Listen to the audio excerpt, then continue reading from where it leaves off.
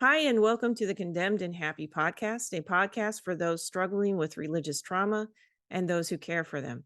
For our first-time listeners, my name is Kim, and I am an ordained pastor in the ELCA, the more progressive branch of Lutheran Christianity in the U.S. The ELCA denounces the harmful ideology of Christian nationalism and is seeking to engage with and walk beside marginalized communities. My guest today is Lynn Smith Gregory, whose great-great-uncle was Joseph Smith, the founder of the Church of the Latter-day Saints, more commonly known as the Mormon Church. In this final episode in my three-part conversation with Lynn, this is the final episode in my three-part conversation with Lynn. In today's episode, Lynn talks about reconciliation and its limits, parenting, and what churches and pastors could do to be more welcoming to people today.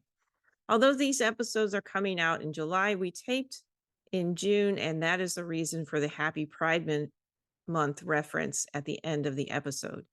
You can learn more about Lynn's journey on her blog, lynsmithgregory.com. That's lynsmithgregory.com. And my parents were good at faking that. Right. I don't think my children have that expectation of me, because I'm pretty honest with, like, no, let me think about some things, because, oftentimes we will dialogue and try and, go according to what each child needs, but it's not easy. And No, it's not, but we're so much further along, as you say, yeah, than when you're coming out of a high control, yeah, high judgment organization that is impacting the parenting process. And I mean, my parents had the best of intentions trying to make sure I made it back to heaven. right. But uh it didn't work out so well. I sometimes wonder if the fact that as parents, you know, I've learned to accept the fact that I have created traumas in my kids, Yeah, and whether I see them as traumatic or not, they will feel them that way. yep, And I've encouraged my kids, go to therapy, throw me under the bus. That's good. yep, I try to apologize, and I've communicated. I so wish I had been able to see you better and understand your needs better at this time in your life. And I'm so sorry I didn't do that. I see it yeah, differently now, and I hope you can forgive me. And this is progress. There's no yeah, question about it. So yeah, uh and I'm fortunate my kids are older and now starting to have kids themselves, and we've had a lot of discussions about the fact that it is a difficult job, yes, it and is. one that you want to do better than any job you've ever had before. Right. And, I remember as a kid, well, when I'm a parent, I'm never going to say the X, Y, and Z. And then I hear it and Come I'm out like, now. oh yeah, out of my mouth. Yeah. It is so challenging. And that period of time in your early 20s, you really are coming to terms, whether you stay in your own religion or throw everything away, you are coming to terms with a challenge of, what do I really want to believe? And Right. who am I? And trying to discover that. And we all need support through that time, whether we're deconstructing faith, whether we're facing trauma, whether we're even in college, just going and learning things differently than what we thought we knew. I love that age group because there's so much exploration and energy, That's true. but it can also be challenging. It can. And I'm so glad there are more resources available Yeah. to people today than what was available when I was in that situation of that tender age. No internet, Yeah. and And in New York City, no other Mormons or ex-Mormons, Yeah. no way Oh to my goodness. find them. Put out, I mean, a want ad. Any other Yeah. ex-Mormons here? I mean, it was impossible. And the isolation, um, really made the journey so much harder. Yeah. But today, I think it's wonderful that there's online communities. There are Yep. therapists who are aware of religious trauma and can help individuals navigate that and understand and deconstruct what is true for them, what is not true for them. Yep. And I know we're going to leave some of those resources that I've found valuable or that exist in the notes after Yeah. the We'll put those in the show notes podcast. after the podcast so that people can have access to them. And just something too, when you're looking, because the internet can be overwhelming when you're looking for some of these things. So it's important that you test out your resources and make sure they're supportive. And a good fit for you. Right. Because I always get nervous about people trying to use their, I get nervous about the people who like to prey on vulnerable folks. Yeah. So, some key things would be someone who accepts your story for being real. You know, that's usually someone who's going to be trustworthy. If someone's telling you that what you experienced isn't real, that's a red flag. Um, It's a that's good just point. one off the top of my head because even in therapy, you know, as a pastor, I never would recommend Christian counselors because I honestly had no idea what their training was. And I would always recommend secular. Um, Yeah, they could be uncredentialed in certain yeah, key areas.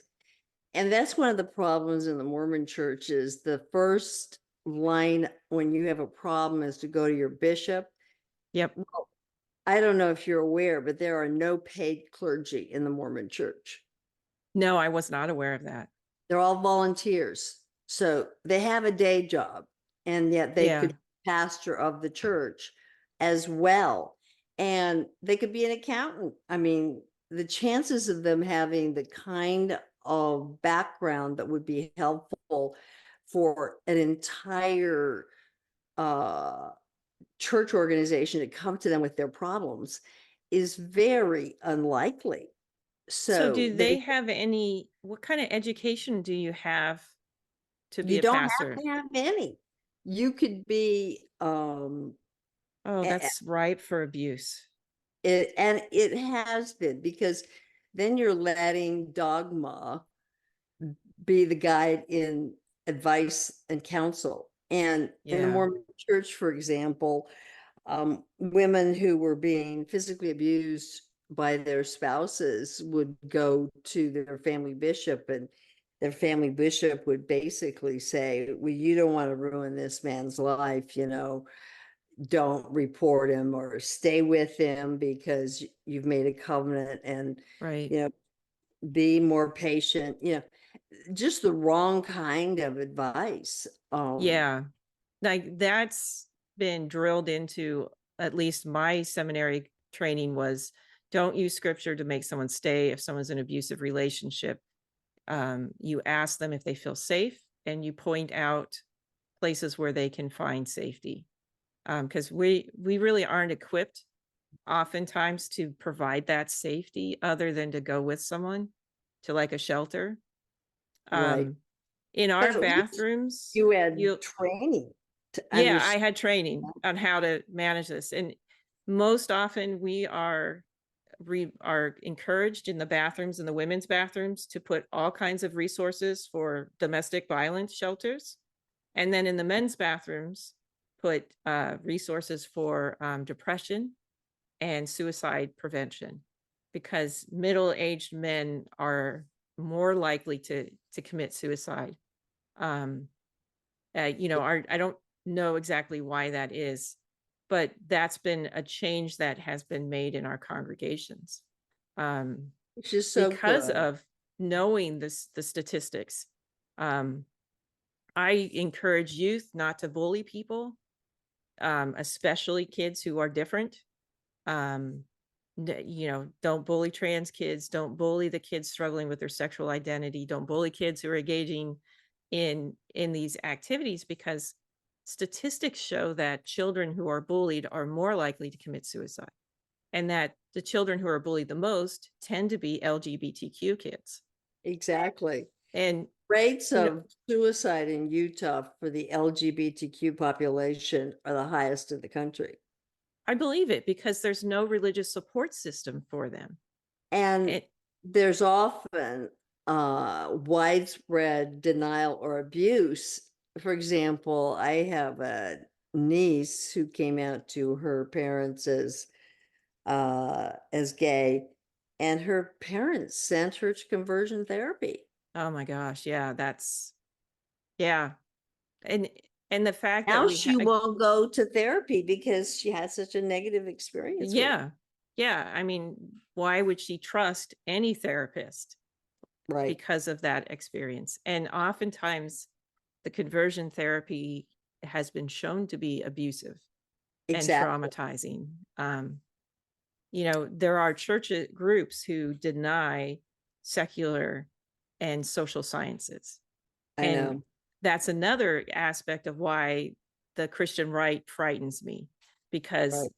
they're more aligned on, oh, we're going to deny social sciences. Right. And that is dangerous for the well-being of people who are neurodivergent, who are We're different. who are Yeah. different. Yeah, because not everyone is going to be happy being a stay-at-home mom. I mean, I found it extremely exhausting pastoring and being a single parent, because I had a child from I fostered a child, and that was exhausting. And then I was home for a little while because the child had some mental health issues, and so I was home with with my other child, and this one, trying to help with the mental health stuff, and that was exhausting. Yeah. And it's not intellectually stimulating either, so like Right. it you just there isn't you never know what you're going to get in life. But people need the And we're freedom to not choose. cookie cutter. You know, Right. Right. we have to have options and Yep. respect for our differences that Yes, allow us to be in the world the way we need to be. exactly. Yeah. And sometimes churches are good at that, and sometimes they fail miserably, because it's a matter of, I mean, churches are people. They Right. are flawed human beings, some who've done some work on their own self-becoming and trauma, and some who've not. Right. And that makes, but that's in a work community, you're going to find that. Anywhere in society, you're going to find people who are working on themselves and people who have not. And it makes it challenging. So we need those communities of people who are working on themselves to support everyone else. So true. So true. Because no one gets through life alone. It's not a solo journey. No, it's not. Yeah. You talked a little bit about finding some solace in yoga, and I'm curious to know where your spiritual practices are taking you. Do you identify with one particular denomination or religious group, or are you doing more of atheism, or UC, like universal Unitarianism type thing? I don't think I put that in our in Right. our. Questions. But no, even though I felt like it was important that my children were raised with a church community, so we did both Unitarian Universalist and Mhm, Unity churches. mhm. And but I would say I tend to be non-denominational in my beliefs. I believe God, the word God is still, I still sort of almost cringe. I prefer the divine or Yep. source, because God seems too small a word to encompass the kind of overwhelming creative energy I feel and love that this is about Mm-hmm.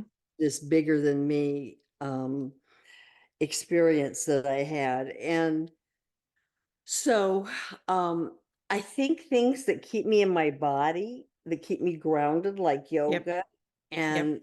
and watching my thoughts like you do in meditation, Yep. um, have been very helpful in just leading me to more compassion. Yep. And, my I meditate every day, and my Mm-hmm. goal when I get up for meditation is I set an intention, and mine is, please help me be the face of kindness in every Yeah. encounter in my day. And, I know the Dalai Lama said, when asked, what is your religion? He said, my religion is kindness. Yep. I, I so relate to that. I don't need to label it or Yep. define it.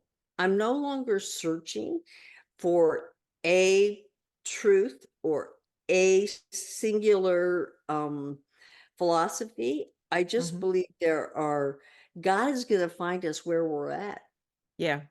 if we're Yeah. open and we're willing. Yeah.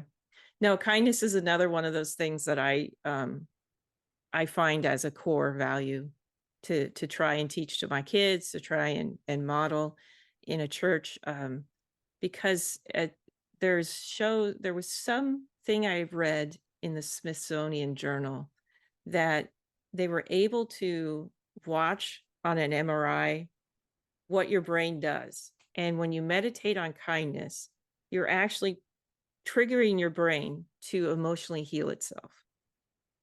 And Yes.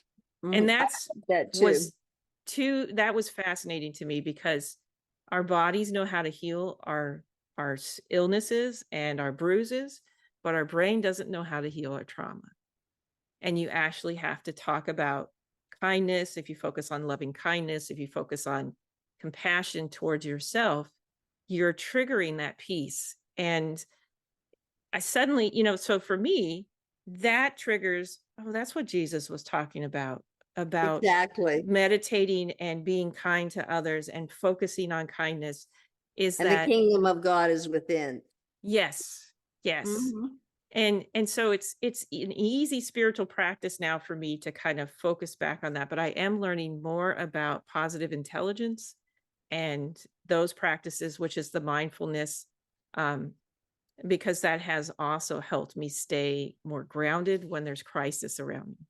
Because there's, Exactly. I feel like yeah, meditation has given me a pause button for the first time. yes, yes, and a reset. Let me just Yeah. reset a little bit. And I tried some of the things on my own before, but I have an app that has like 2-minute things, 6-minute things, 12-minute things. And it does just a little bit of, like, when I start feeling myself tense up, I'm rubbing two fingers together and I'm feeling how that feels, because it's a Yeah. grounding technique that brings me back in. And then I can still talk and process things, but it's just a little bit of bringing us back into our center. Yeah. And Perfect. you know, right now, from a religious standpoint, in the organized religion, it's all over the place right now. We have no idea what the future is going to be because we're not seeing younger people jumping on board. Right. And many of our churches are closing and dying.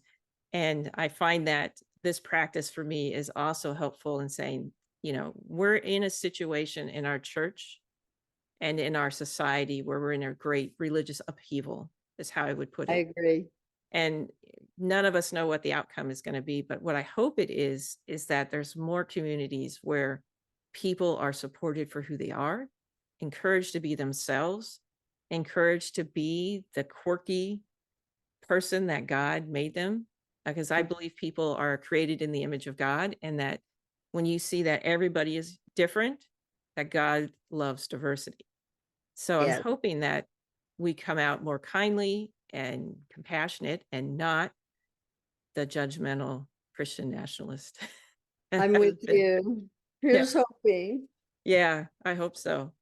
So we've gone through and we've gone off topic a little bit. I'm happy with how we've gone off topic.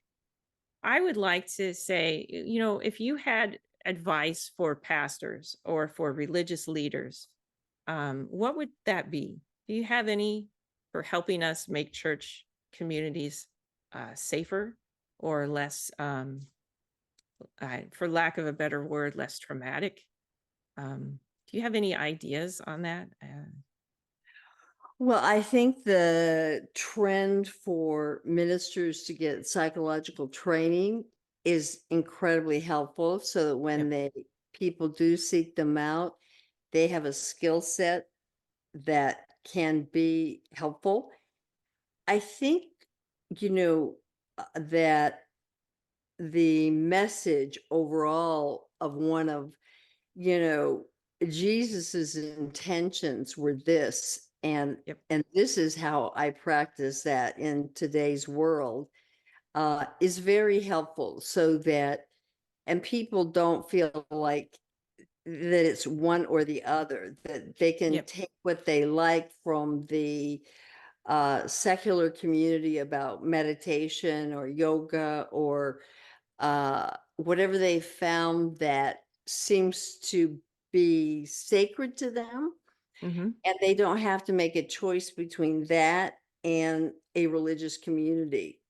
Yeah. So, and just translating the doctrines or your religious beliefs into day-to-day relatable experiences is the Yeah. most important thing. I think it makes it relevant and meaningful. And if we don't have relevance, we're not going to return. It has to Yeah. feel helpful with what my life is like today.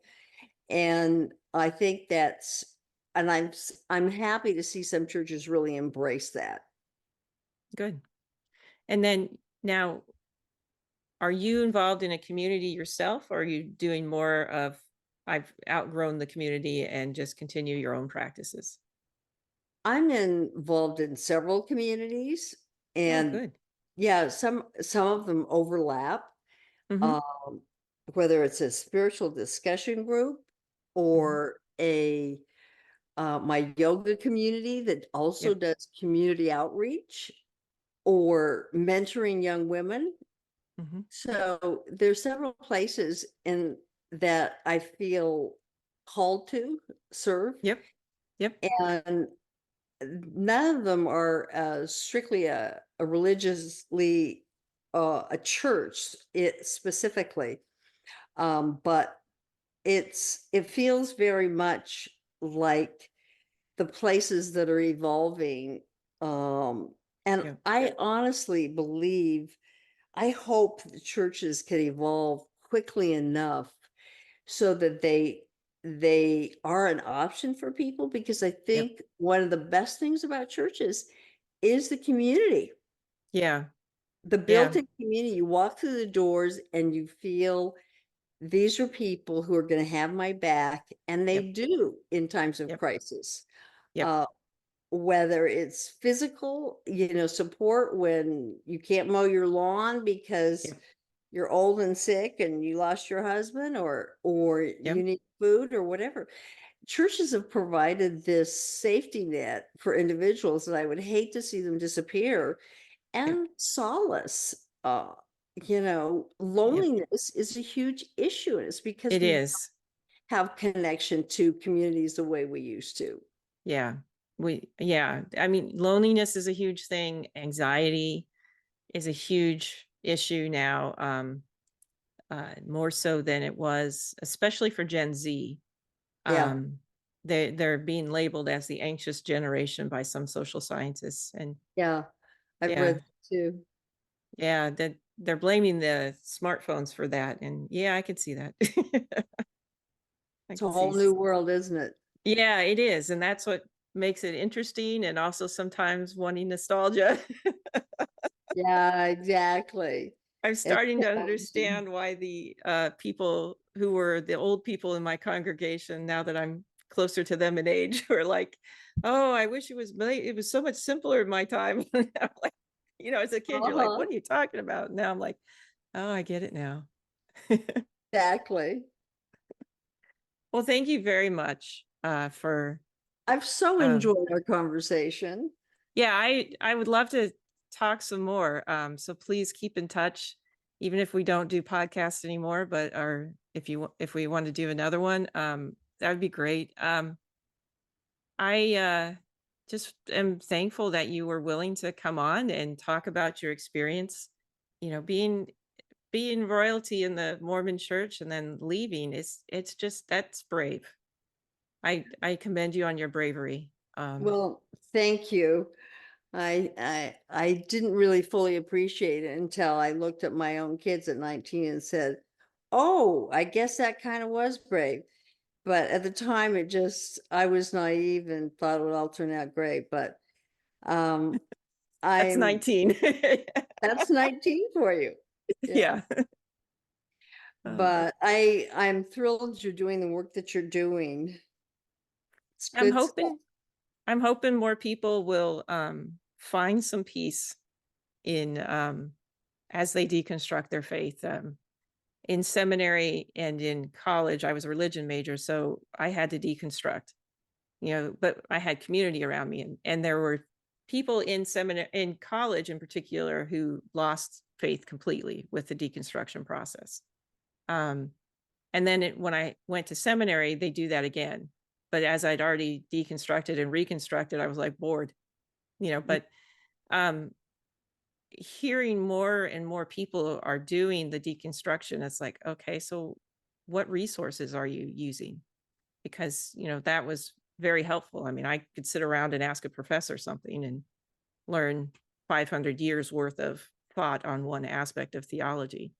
Um, but I hope and pray that this helps people feel more confident in where they're going and being their true selves, because I think that's the core of Christianity, is really you belong to God. You are created in God's image and God creates you good.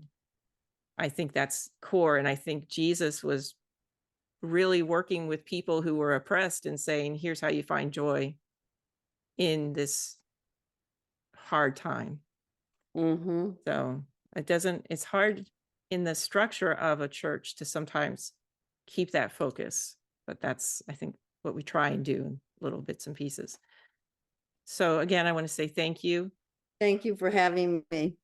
Yeah, thanks for reaching out.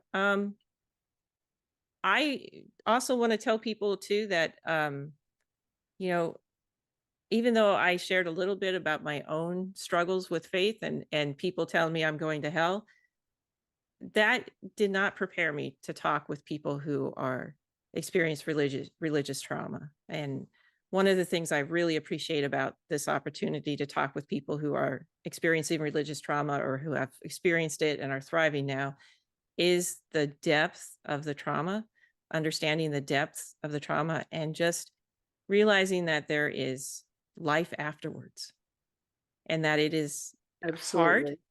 It's very hard to go through these experiences. So don't give up.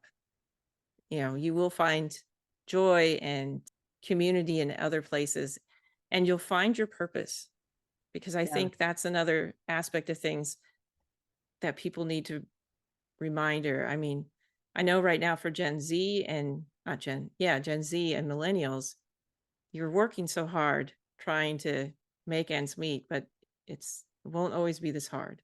So don't give up.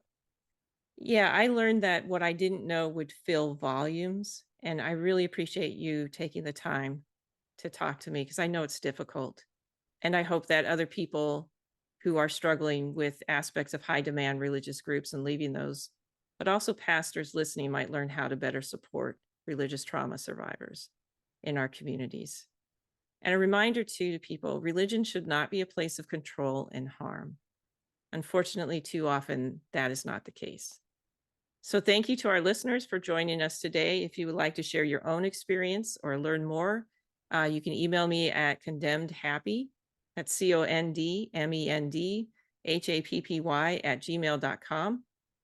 I'm also, Ray and I are also available on social media. He's taking a break right now, but we can be found as Condemned Happy on Facebook, Threads, and Instagram.